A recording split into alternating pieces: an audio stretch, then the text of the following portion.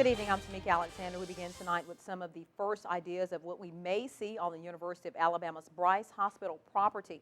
The 2012 campus master plan is placing a heavy emphasis on that area's development. But what exactly could be part of that 168-acre space?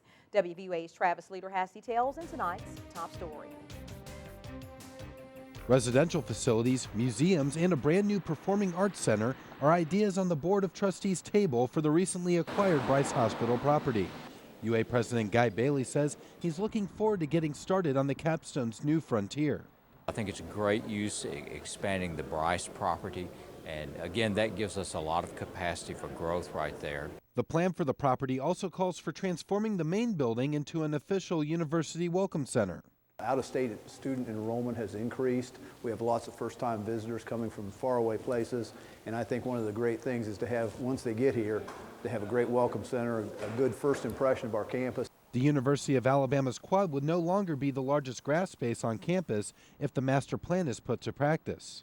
There's actually an area in the front of the main Bryce building that's actually larger than our quadrangle, which is about 20 acres. So it's a great green space. It's got beautiful old trees on it, and we'd love to preserve that. And despite campus growth in the past decade, Dr. Bailey says the beautification of the Capstone has improved with time. I think they're doing a wonderful job in preserving the beauty of the campus. It was beautiful when I left it 38 years ago. It's even more beautiful now.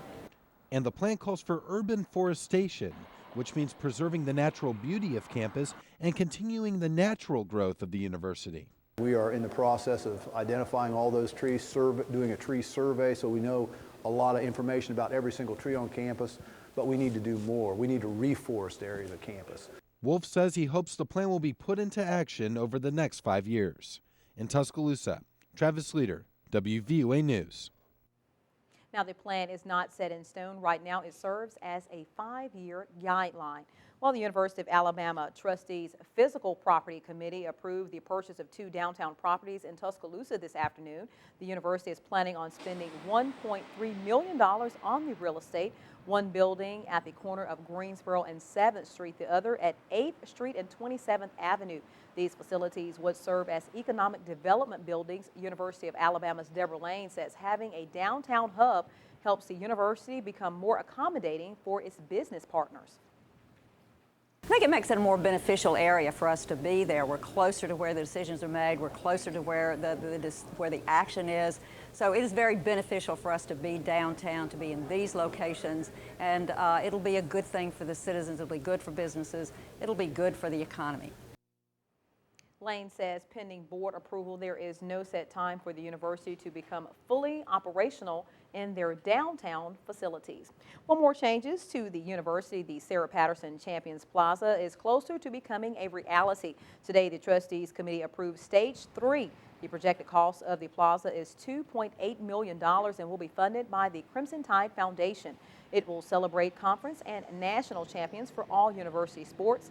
The championship plaza will be built adjacent to the Sewell Thomas Stadium. The UA Assistant Vice President for Construction told WVUA the location of the plaza fits well with the fans of those sports. Geographically, it's very close to Coleman Coliseum, where the majority of those sports take place.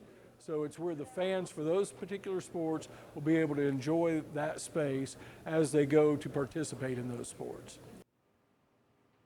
The plaza is expected to be complete sometime by spring 2013. Well, more news in higher education for you tonight. The State Board of Education has chosen Shelton State President Mark Heinrich as the new chancellor of Alabama's 2-year college system. The board voted unanimously Thursday to select Heinrich of Tuscaloosa over Blake Flanders, who is Vice President of Workforce Development for the Kansas Board of Regents. Board members said they were swayed by the way Heinrich got Shelton State on solid ground after corruption problems in some of Alabama's 2-year colleges. Board members also said Heinrich would provide continuity to a system that has seen frequent turnovers in leadership in the last 6 years. The terms of Heinrich's contract will be approved by the board at a later time. He will replace Frida Hill, who stepped down in March. Well, a late-night fire destroys a home in the Forest Lake community. It happened just after 10 o'clock on 22nd East Street off Forest Lake Drive in the Forest Lake neighborhood. According to Tuscaloosa fire officials, nobody lives in the home. Officials told us the roof suffered significant damage and the home has extensive smoke and water damage. A neighbor said somebody had been here today, but like I said, nobody's presently living in it. There was power to the house, so, you know, it could have been a lot of different things could have caused it. The cause of the fire remains under investigation. Turning now to the weather, let's get a first check on Alabama's home team forecast. Chief Meteorologist Richard Scott joins us now. Nice Thursday afternoon and night out there for us, Richard. Yeah, to make it a good Thursday evening to you. Not that bad in terms of temperatures this time of year, down to 71 now in Tuscaloosa. The stretch of fall-like weather continues, getting a little warm this afternoon, but temperatures settling down quickly this evening. How about mid-60s already for Haleyville and Winston County? Low 70s still happening down towards York, Linden, reporting 72 as well as Marion, and upper 60s already in Birmingham. Now, no rain to talk about. We're rain-free and cloud-free for the most part. Only a few clouds out there tonight. We'll enjoy that mostly clear sky and those cooler temperatures tonight. And here's that bus stop forecast early tomorrow morning for the Tuscaloosa area, calling for those low to mid 60s across the board. So it's going to be a nice start today. Partly cloudy conditions, at east breeze. But what about the weekend forecast, and when's that rain going to return? Your forecast is straight ahead. Thanks, Richard. Tuscaloosa has had a very busy week when it comes to who came to visit the Tuscaloosa Amphitheater.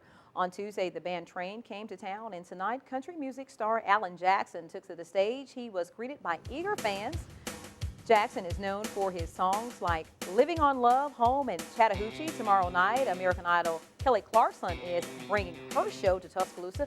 Director of the amphitheater, Wendy Riggs, told us they are about to have a big announcement of more R&B acts. She says it's been a great year and musical acts have been very happy with the time in Tuscaloosa. They love it. They get real excited. They love being here. They love the atmosphere. They love the river. They love the train. Had a fit because right before they came out, a train came by. And they said, "You planned that?" And I said, "Yes, sir. Of course we did."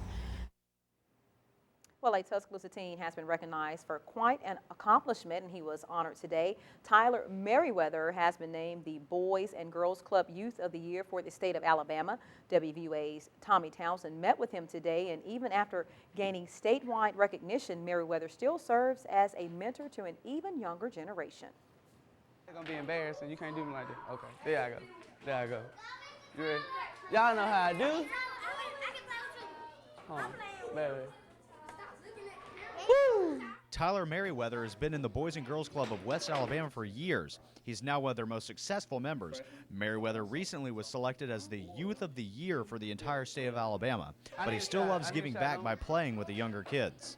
As of December, I've been employed here as a part-time worker, and basically I just hang out with the kids, let them know what they're doing, and kind of try my best to inspire and to motivate them. Then to win the Alabama level and to be a representative of Alabama was so inspiring because my unit director was the last Alabama representative.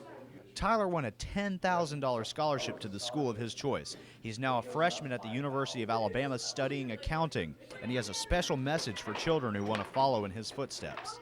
Stay focused and be mindful, because if you do those two things, I don't believe anything can go wrong. Because if you do what you're supposed to do, then there's nothing else to do.